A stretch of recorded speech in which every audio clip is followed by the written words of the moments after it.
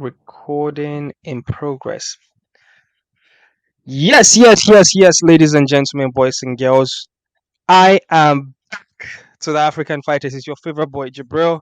I have been off for a couple of minutes because something called life happened, but I'm back again. And I'm not alone. We have a new face on the African Fighters platform. And I want you guys to be as kind as you have been to me to my new co host, which would likely be together, and that's Toby Adiremi. Toby, welcome, my brother. How are you? Like, I'm good. I'm good. It's nice to be on board.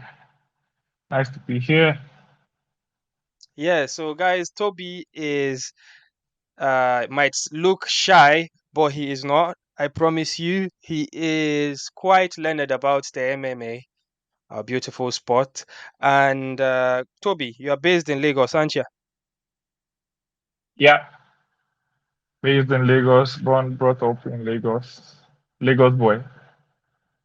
So you must be very, very excited about UFC 287 that we're going to talk about because there's somebody on that card.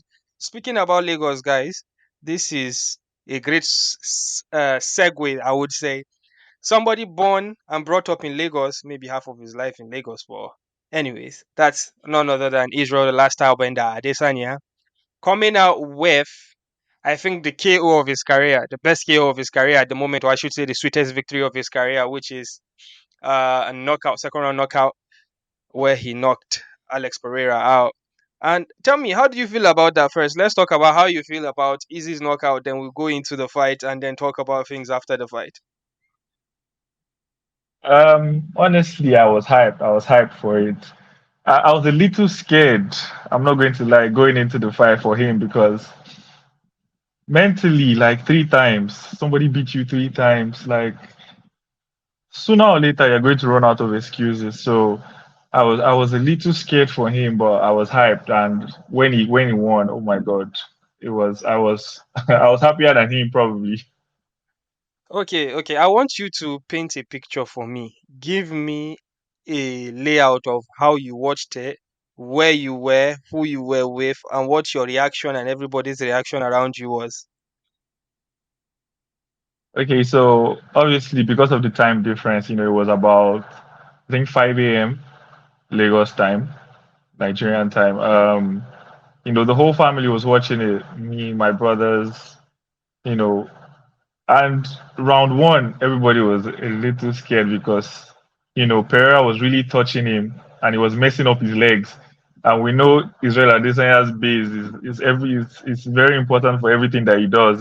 So not being able to move, compromising his legs early, I was already getting scared for Adesanya because honestly, I felt if the fight was going to go 4 rounds, 5 rounds, I thought he would lose because he was already compromised early. When he won, oh my god, people forgot that it was 5 a.m. It was a ruckus here. Everybody was happy, shouting. It was amazing. I mean, well, my own story is a bit different, guys, because I I started a recent habit because watching American sports over here in the UK is a drag because you have to stay up all night, right? So I decided to like record it first thing in the morning when I wake up. I watch without touching my phone, and this is the same routine I did with this one. But now, what had happened was I woke up this morning and I saw a couple of missed calls from my friends.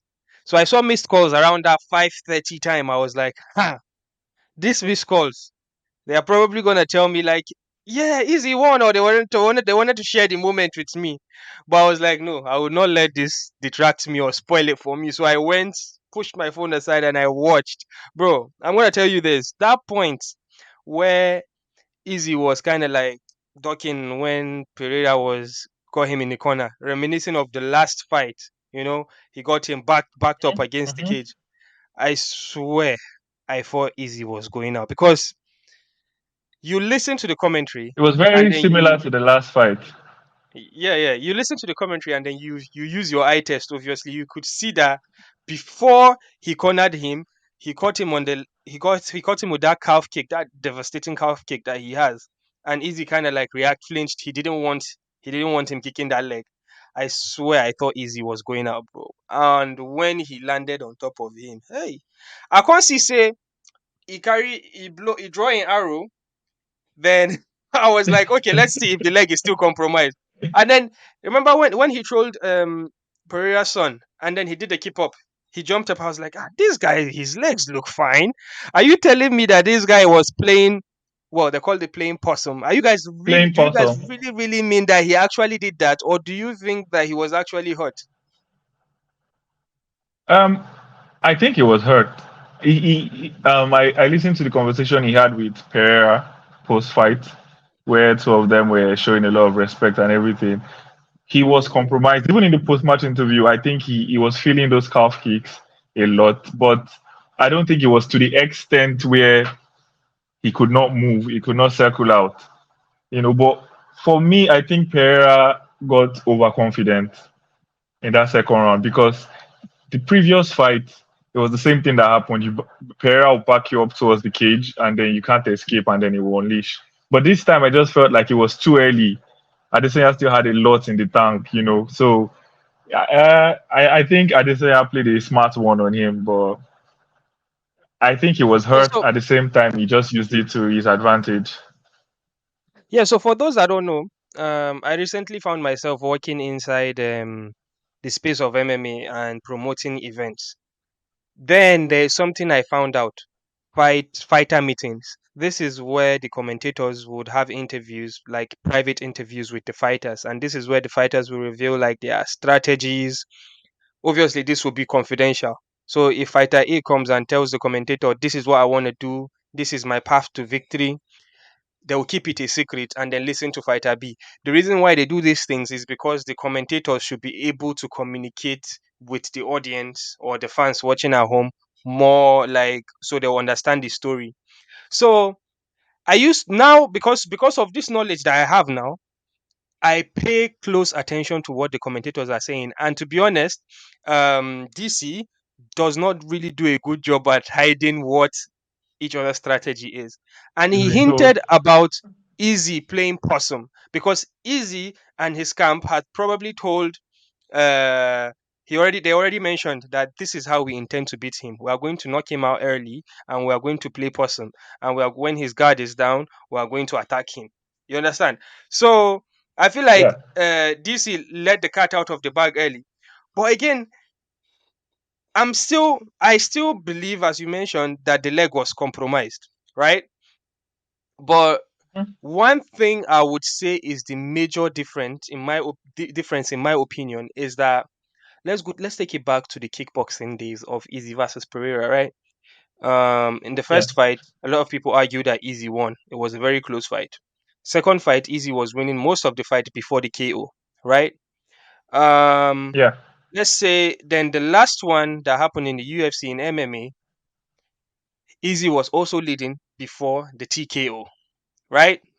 Yeah. And the thing that Mhm. Easy was doing, because the first two kickboxing fights, I did not really watch those religiously like I would do now. But like in the fights, the MMA fights, the first one, Easy has been notorious for people calling him boring. And the reason they do that is because he has learned that I'm the champion. I need to keep my title and I need to keep it safe. And like, I'm great enough to keep it safe. I touch and move. I touch and move. If there's like hailstorm coming my way, I kind of like roll away from it. So now in the last fight, Easy was doing the same thing. Like when Pereira don't like corner him, he go kind of like roll away, like, and get out of the way, right? But in this fight, when Easy mentioned he made a switch mentally or he was locked in, he was more offensive. In the first round, you could see that he came out with the offense. In the second round, this KO only happened because when Pereira cornered him, he did not roll and run away like he used to. Not really run away. He did not roll and get away from there, right?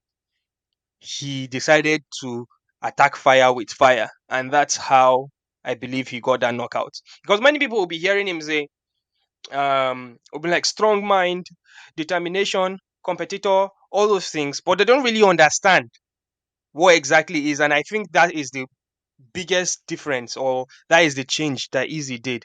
is when Pereira cornered him, he did not roll out of that situation. He attacked fire with fire. Um, I, He could say the person thing, but tell me, what do you think about my opinion? um, I agree with it, but I'm not sure it's because he didn't want to roll out of it or if he was not able to. You see, Pereira is the kind of fighter like there are certain fighters that they just control the center of the cage. They don't let you they don't let you come into your own game. They just stand there. You see, even when Easy throws punches at him, throws kicks and everything, he'll eat it and he'll stay there. When Pereira throws, Easy will back up. So there was a clear difference in the power. And that's why a lot of people say, okay, Pereira is going to go up because the power difference was just too much. Easy talking after the fight said, good luck to the people that he's going to face in the light heavyweight. Like he packs a punch, seriously. So I think, and in the last fight, when he would, especially during the knockdown, in was it round five? I think it was round five of the last fight. Easy tried to circle out, and then if you circle out towards Pereira's left hook, there's a problem because that's his money shot. He's knocked Easy out like twice now in their three last fight with that shot. So he kind of like forces you to try and get out that way, and then boom, from nowhere you won't see it coming. And so Easy had to be like wary of that. So trying to get out might even be more dangerous than staying inside the pocket and trying to throw back. And then for Easy, I think when somebody has beat you three times, you start running out of options, like tactically, because people say, okay, in the first fight you could have done this, this, this. You change that and you still lose again. The second fight, the third fight, okay, you adjust, and you still lose again. So I think it just became mind over matter kind of situation for Easy. That okay, if I find myself in this Okay. situation cornered, I'm not running, I'm throwing my own punches, and guess it worked for him. Yeah, that's fair. That's fair. In a way, we kind of agree. But yeah, you mentioned something about when Easy in the post fighter presser that Easy mentioned good luck to whoever is going to fight him.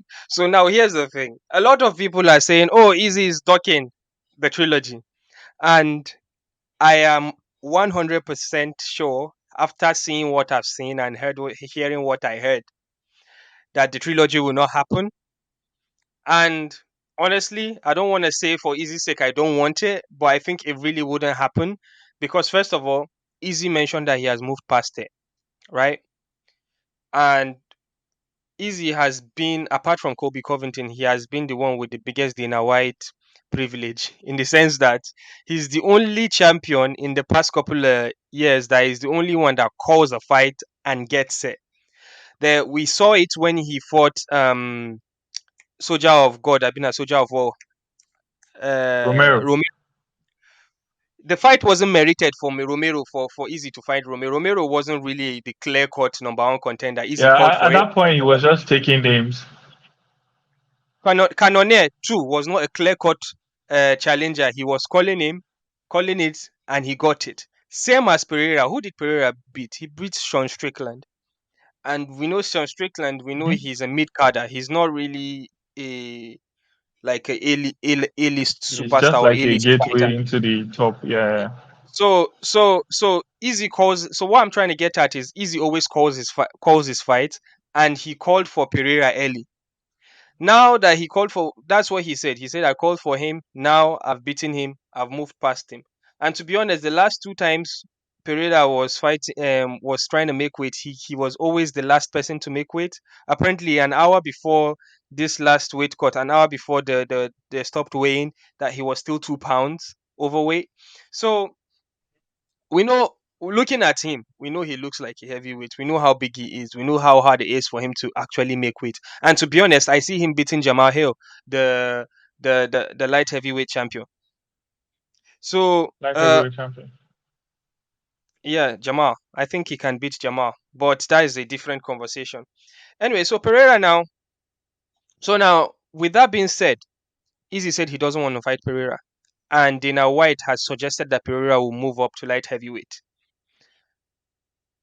Who do you think is next?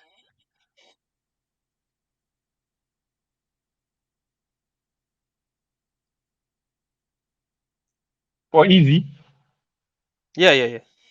Who is the next contender? Who do you think? Where does Izzy go from here? Because Izzy is a very active fighter.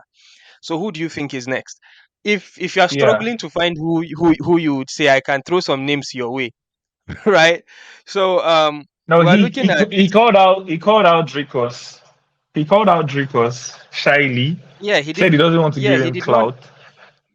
yeah. So he mentioned Dricos. I was just preparing us to go to Dricos's way. So he mentioned Dricos, right? And we know Dricos is the guy. I think he should be in the top five now, right? He's the guy with one of the. He probably has the longest winning streak in the, but among the top contenders in the middleweight. Correct me if I'm wrong. Middleweight. Yeah. So correct me if I'm wrong, but I think he probably has the longest win streak right now. So um, you could tell that Easy does not like that guy, Dricus, for some sensitive issues that I wouldn't want us to get into. But he did also mention that uh, Dricus needs to show him something. He basically means Dricus needs to fight one more fight. So like if he wins, he would fight him. And the reason why I'm saying this is because I'm also trying to segue into UFC Africa. He mentioned either in South Africa or either in Nigeria. So, what's your opinion about the whole Dracos situation and the way that you could hear that clearly in Izzy's voice, you could hear that he doesn't really like Dracos? And now we can see that there is a story going on now. There's a story now because there's nothing good in MMA like a storyline. We see in pro wrestling, if there's a storyline, people get more emotionally attached. So, what do you think? All right. So okay, where do I start? First of all, Dricus has been, will I say, annoying a lot of people in the MMA recently. I think Usman before his fight, told him, gave it to him like, he should just watch what he says. And then obviously Israel feels the same way. Um, as you said before, Easy has a lot of goodwill with Dana White, but I don't think it's up onto the point where he gets to decide where the UFC moves to. So UFC Africa is an amazing idea, something we all love to have, but we know it depends on Dana and his team. They Dana's post-fight interview was speaking about UFC Mexico, and then they said they were working on Africa, but they don't have anything concrete yet. They were speaking of Senegal, Dakar, but for me, I don't think Dricus is up to the level that Easy is on. Like Easy is on an elite level. Dricus last fight against what's his name? The black guy. Blades. Curtis Blades. Yes. Oh, No, no, shoot. no. Did I say Curtis Blades? No, no, no, Holy no. fuck! Not Blades. I said Curtis Blades. What's his name? The blonde Bronson, The right? blonde guy. The blonde. Yeah, Derek Bronson. I Said was not Curtis impressed. Blades. I was not Yeah, impressed at all with that fight. to Dricus's defense, right? Hmm. The first time I saw Dricus was, I think it was Fight Island, or it was one of those cards in Abu Dhabi. And at this point, I've never seen him before. And after his fight, it was a knockout, I believe. After his fight, he said, I'm gonna be the first African. So he has been saying the same thing for a long time. He said, I'm gonna be the first African fighting out of Africa. So, but then I heard a South African accent. I was like, oh shoot, really? Who is this guy? Then I looked him up, and I can see that, oh, he's double champion EFC. I think he won like in KSW in Poland. He won, I think, it's a middleweight title there as well. So like I was like, oh, this guy has good credential. But I found it weird. I'm an African, right? Although I'm from West Africa, right? And then when he said the first African, that like I kind of bat an eye, like, what? He's African? And he's saying this. So if for a non-African, I understand how they'll feel like, for a non like someone that isn't from Africa that doesn't understand that there are white people down there in South Africa, they'll kind of like be like, well, what's this guy talking about, right? So again, to his defense, he has been saying this for a long time. it only became more relevant because he now is a top contender. And there is a guy called Temba Gorimbo. Temba Gorimbo is also a former EFC champion. He's black. He's from Zimbabwe, but based in South Africa. I think he had just fought in the UFC as well recently. Um, Temba Gorimbo also said the same thing about Kamaru Usman. Oh, I'm gonna bring the belt to Africa. Usman is a American champion. Blah blah blah blah blah blah blah. So I think the only reason why this got headlines was the fact that Dricus was white, and I understand what he meant by "I'm going to bring it into Africa." But I also think that he should also be aware about the racial intonation that people would put into it, even though his intention might not be is not clearly a a race situation. But then that's how people will see it because he's white. As I told you, Temba Gorimbo says the same thing, but nobody really bats an eye. So, and again, from and from Easy's point of view, I kind of understand because I'm a black person and I'm in diaspora. I'm living in the UK, so I understand what we go through as black people to like get opportunities. How we have to work twice as hard as the normal man here. So I understand that, and then somebody should discredit that and be like, "You're not even African enough, right? You're not even an African." Because as a black man in the foreign land, you also get the foreigners here telling you that you are not one of them. You're from Africa or whatever.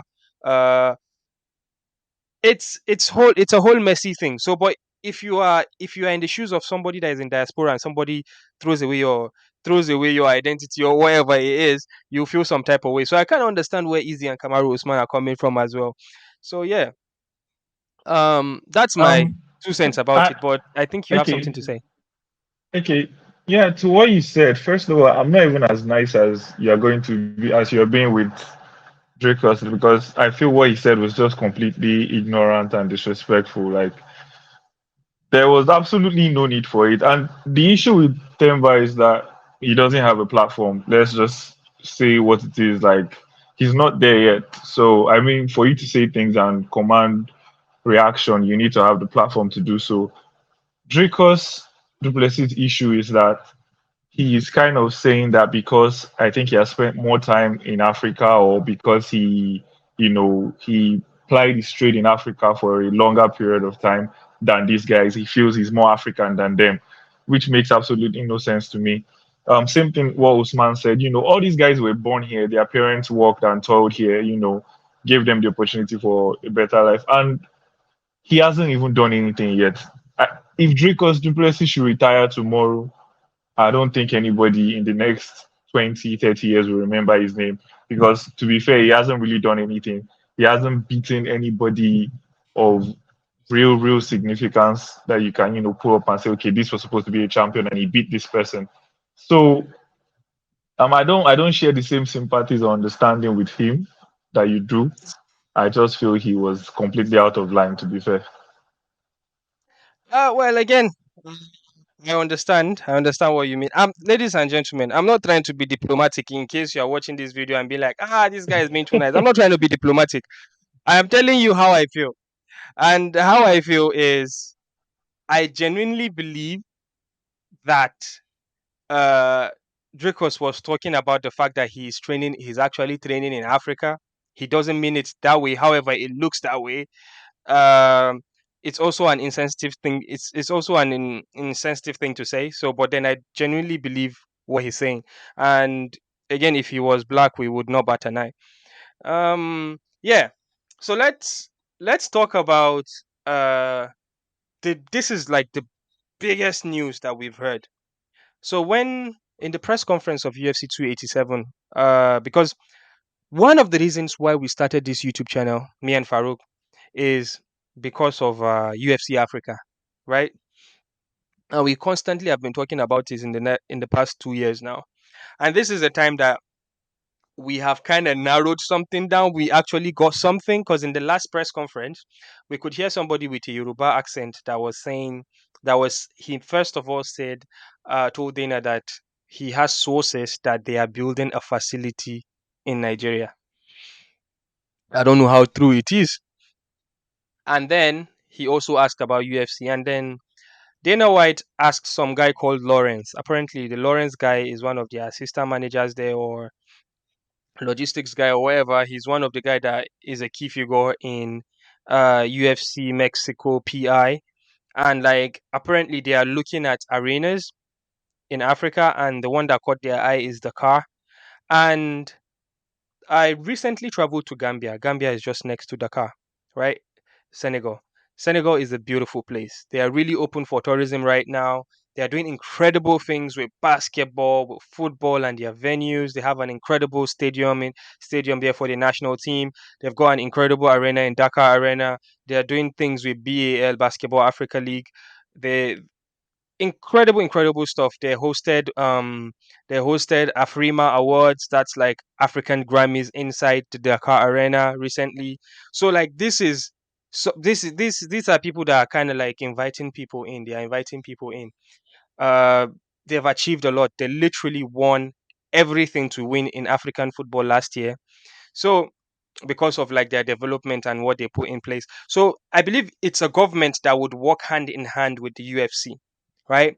But the issue is they do not UFC do not have a Senegalese fighter on their roster.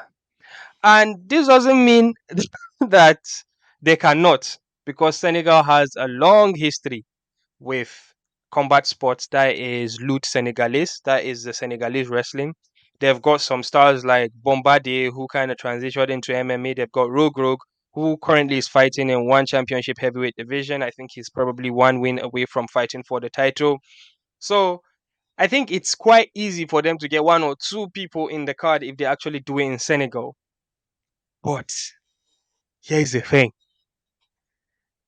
if Easy versus Dricus happens in Dakar Arena, do you think that can actually happen? Because right now we have a storyline. Do you think that can actually happen? What's your take about the whole thing? I probably have spoken too long and I've mentioned too many points that you probably wanted to respond to. But tell me, what do you think? I think first of all, the UFC Africa idea is an amazing one. I really like it.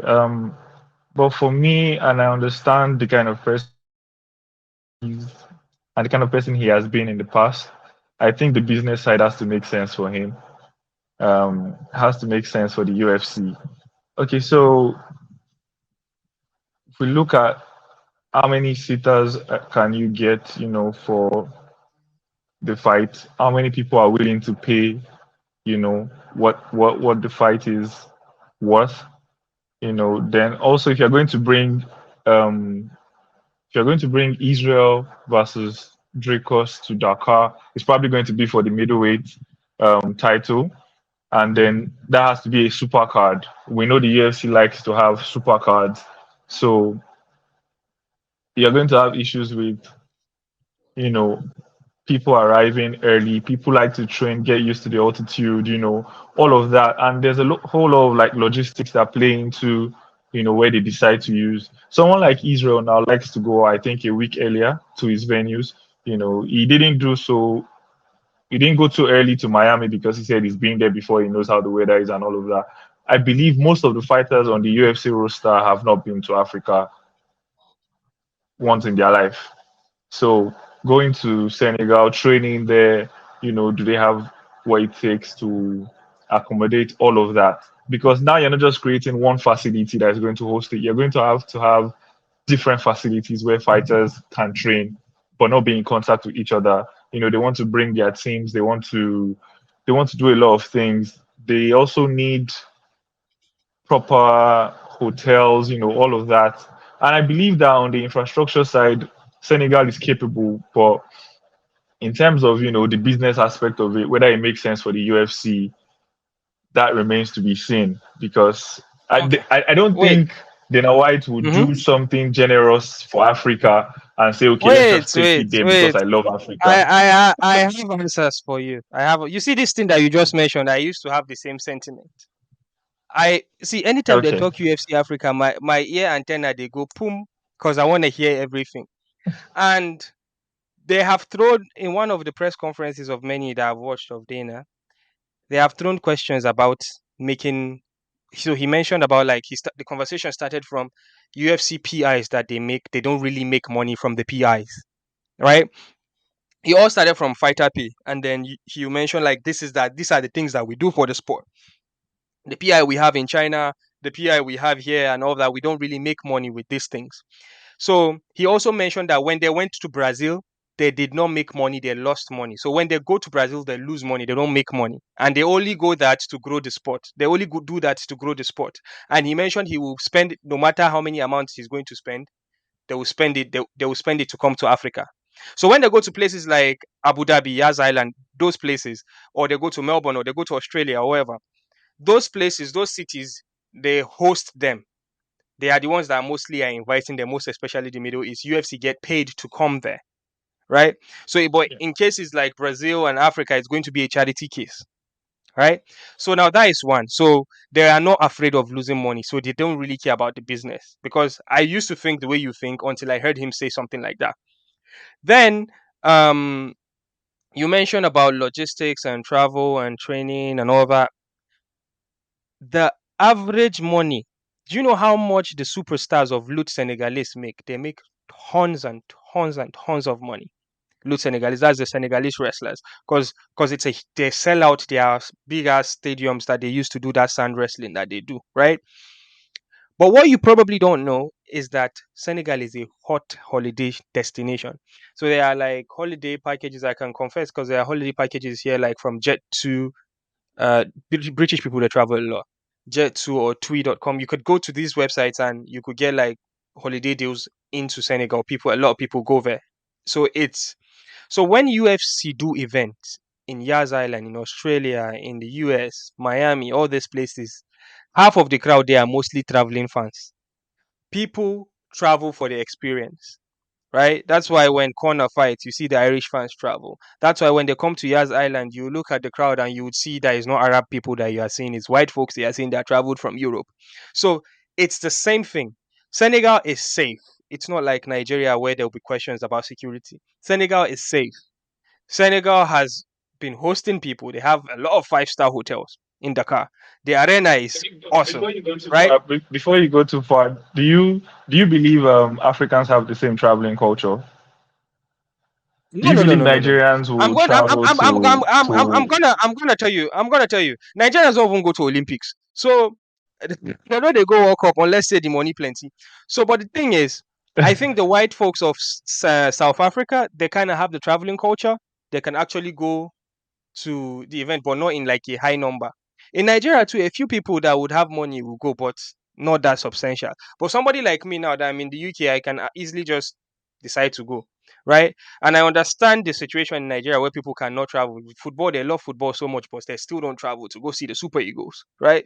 So I kind of understand that, but they are also the local fans, and so if they do Easy versus Dricus in Senegal, bro, the black Senegalese fans are going to do another Ali Boumaye. Easy was saying easy Boumaye, easy Boumaye. You probably don't know what that is. I would educate you guys if you guys don't know.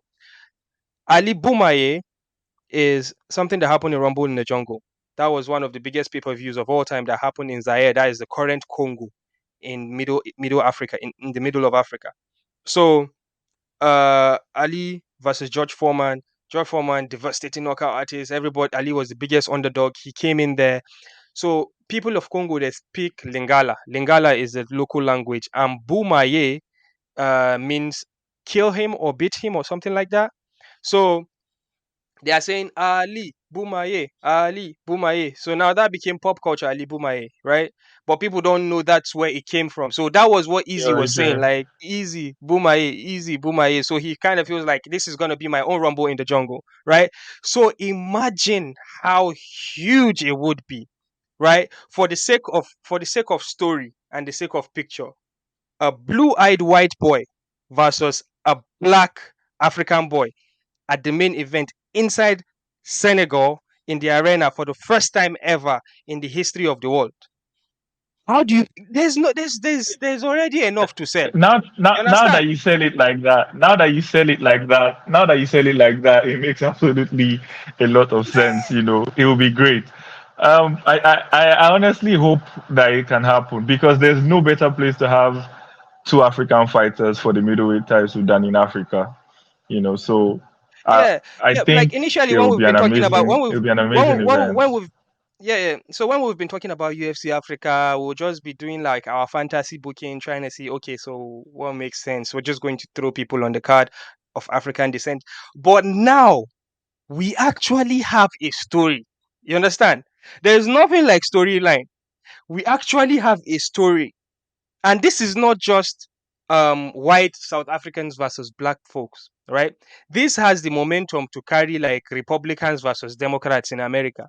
You know, the the white folks, the like whitest folks of US being like, yes, this white South African is going to kick the ass of this ignorant black man.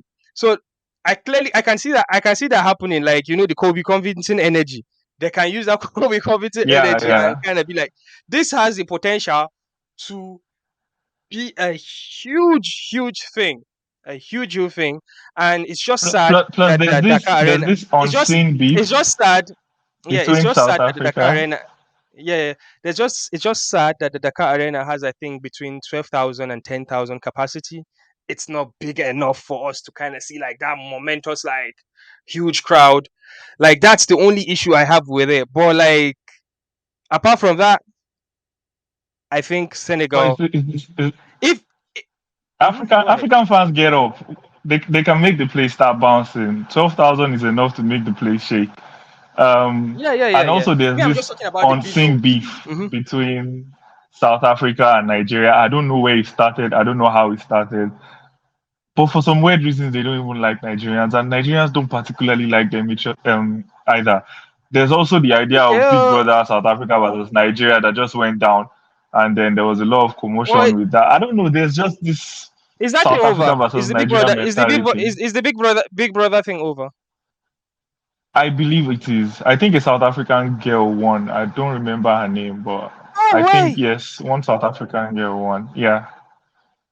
Inside Nigeria, South African girl come and win big brother. Huh. Omo, it be things Now because they I do have see now on they Twitter have a one lot. over us. Yeah, I do see the rivalry on Twitter a lot, but I just take it to be like friendly banter like Nigeria and Ghana. But I don't know how deep it is because when you see those clash, it's not really with white South Africa. It's like the black South Africans and Nigerians that are kind of on Twitter going back and No, forth. no, no.